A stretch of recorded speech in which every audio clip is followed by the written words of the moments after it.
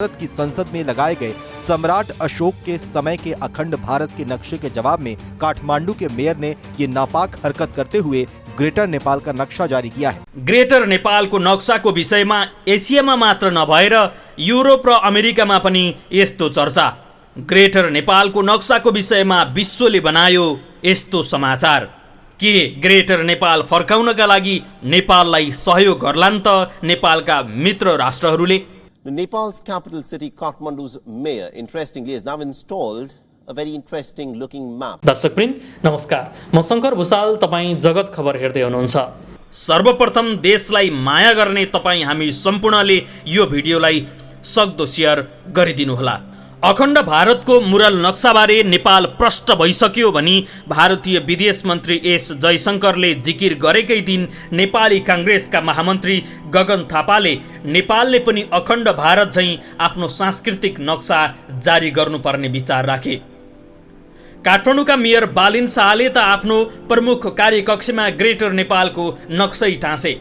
प्रमुख विपक्षी दल एमालेका अध्यक्ष केपी शर्मा ओली, रासुवापाका सभापति रवि लामिछाने संसदमा बोलेका टिप्पणीबाट थाहा हुन्छ जयशङ्करले दाबी गरे झैं नेपाल प्रष्ट भइसकेको छैन।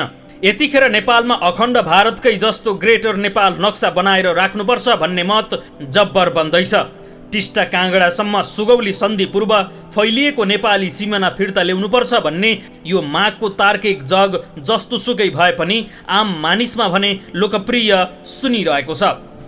त्यसैले बिहिबार बिहान विराटनगरमा काङ्ग्रेस महामन्त्री थापाले भन्न पुगे, अर्को देशले हाम्रो देशका भूभाग मिलाएर सांस्कृतिक नक्सा भन्दै छाप्छ भने नेपालले पनि ग्रेटर नेपाल बनाउने र त्यसबारे चिन्तन गर्ने हक राख्दछ।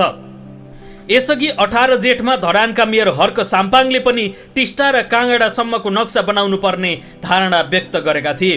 उनले ग्रेटर नेपाल नभनी अखण्ड नेपाल भन्नुपर्ने भन्दै फेसबुकमा लेखेका थिए। अब नेपालले पनि अखण्ड नेपाल भन्दै टिस्टा र काँगडासम्मको नक्सा बनाएर सार्वजनिक गर्नुपर्छ। केही दिन अघि संसदमा बोल्दै एमाले अध्यक्ष केपी शर्मा ओलीले भनेका थिए ग्रेटर भारतको उद्देश्य यही हो भनेर त्यहाँका मन्त्रीहरू बोलिरहेका छन्। प्रधानमन्त्री प्रचण्डले 4 दिन भारतमा बस्दा यसबारे केही भन्नु पर्दैन।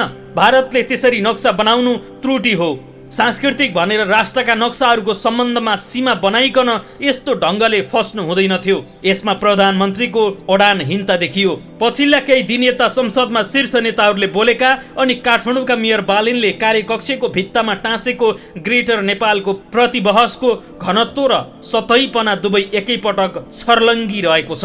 यसको पृष्ठभूमिमा अघिल्लो साता भारतले नयाँ संसद भवनमा टाँसेको अखण्ड भारतको मुरल नक्सा छ, जहाँ नेपाल, पाकिस्तान, बङ्गलादेश लगायत देशमा पर्ने भूभाग समेटिएका छन्।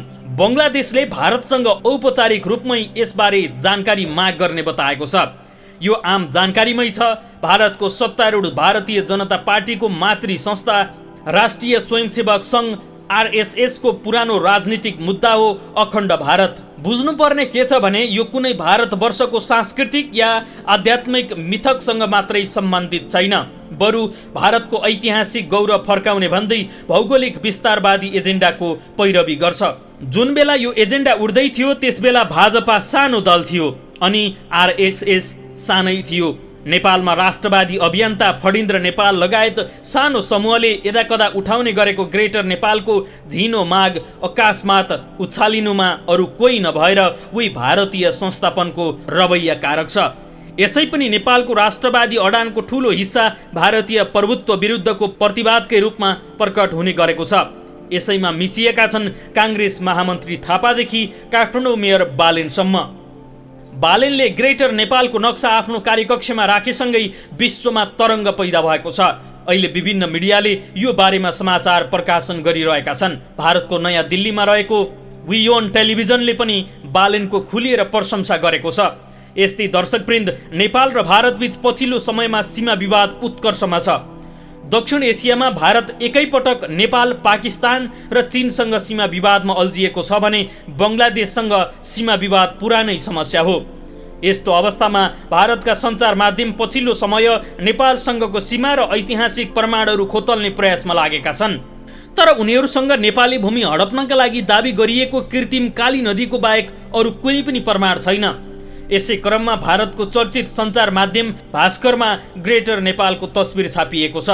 सन् 1816 को सुगौली सन्धि अघि नेपाली भूभाग रहेका भारतीय क्षेत्रसहित यो नक्सा प्रकाशित भएको छ, जसमा पश्चिम नेपालको सीमा पूर्वमा मेची र पश्चिममा महाकाली हुने भनिएपछि सीमाबारे ठोस निर्णय नभएको उल्लेख गरिएको छ। भारतीय तीर्थयात्रीलाई कैलाश मानसरोवर जानका लागि 3वटा बाटाहरू सिक्किमको नाथुला, नेपाल र उत्तराखण्डबाट रहेको उल्लेख गरिएको छ। यद्यपि भारतले हालै यही उत्तराखण्डबाट कैलाश मानसरोवर जाने सडक निर्माण गरेको विषयमा विवाद उत्पन्न भएको छ।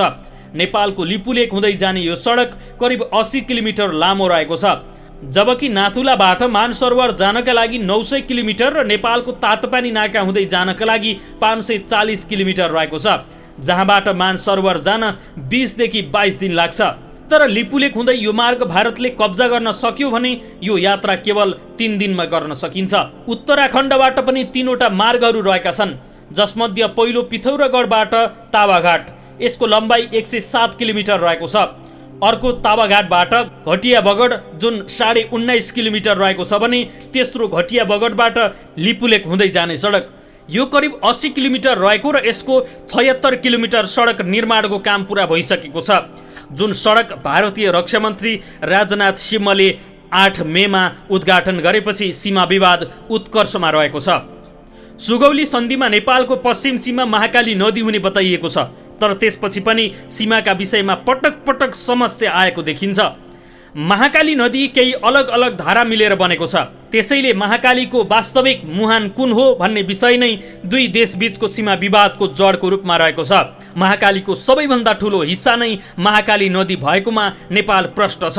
भारतले कालापानी क्षेत्रबाट आएको सानो धारलाई कालापानी दाबी गर्दै आएको छ, जुन कुरा ब्रिटिसकालीन नक्साले समेत खण्डन गर्दछ। सोही आधारमा पनि लिम्पियाधुरा, लिपुलेक र कालापानी नेपालको सीमाभित्र पर्छ, जबकि भारतले महाकाली नदीका सबै धारा कालापानी गाउँमा आएर भेट हुने भएकाले नदीको उद्गम स्थल यसैलाई मान्नुपर्ने र यस्तो अवस्थामा लिपुलेक भारतको भएको उसको दाबी छ। तर सुगौली सन्धिमा मुख्य धारालाई नदी मानिएको कुरा उसले अस्वीकार गरेको छैन। सन् 1979 मा गोरखाका राजा बनेका पृथ्वीनारायण शाहले नेपाल एकीकरण अभियान सुरु गरे।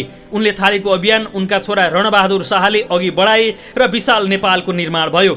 सन् 1816 मा सुगौली सन्धि हुनुभन्दा अगाडि नेपालको सीमा करिब 2.5 दशक चलेको नेपाल राज्यको विस्तार अभियानमा पूर्वमा टिस्टा नदी र पश्चिममा सतलज नदीसम्म नेपालको सीमा कायम भयो। तर सन् 1816 को अपमानजनक सुगौली सन्धि मार्फत नेपालले जितेको 1/3 क्षेत्र गुमाउनु पर्यो। नेपालसँग कसरी सीमा विवाद भयो भन्ने विषयमा भास्कर लेख्छ, सुगौली सन्धि अनुसार नेपाल मेचीदेखि महाकालीसम्म त सीमित भयो, तर यसका नेपालको सीमा तय भएको थिएन।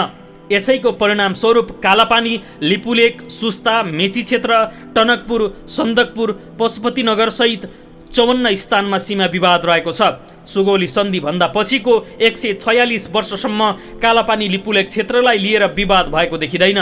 तर चीनसँगको युद्धका समयमा भारतले कालापानी क्षेत्रमा सेना राखेपछि नहटाएका कारण त्यहाँ विवाद चर्किएको देखिन्छ। समाचारमा सन् 2000 मा नेपालका प्रधानमन्त्री गिरिजा प्रसाद कोइरालाले भारतका प्रधानमन्त्री अटल बिहारी वाजपेयीसँग सीमा विवाद समाधान गर्नका लागि आग्रह गरेको दाबी गरेको छ।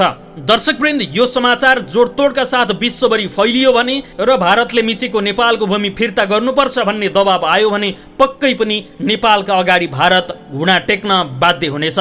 त्यसैले ग्रेटर नेपालको पक्षमा सबैले सक्दो पहल गरौँ। तपाईलाई भिडियो कस्तो लाग्छ कृपया प्रतिक्रिया दिनुहोला। यस्तै रोचक, रमाइलो र जानकारीमूलक भिडियोको साथमा हामी फेरि उपस्थित हुनेछौँ। त्यतिन्जेलसम्मका लागि स्क्रिप्ट राइटर गोविन्द भुसालसँगै मलाई पनि बिदा दिनुहोस्। नमस्कार।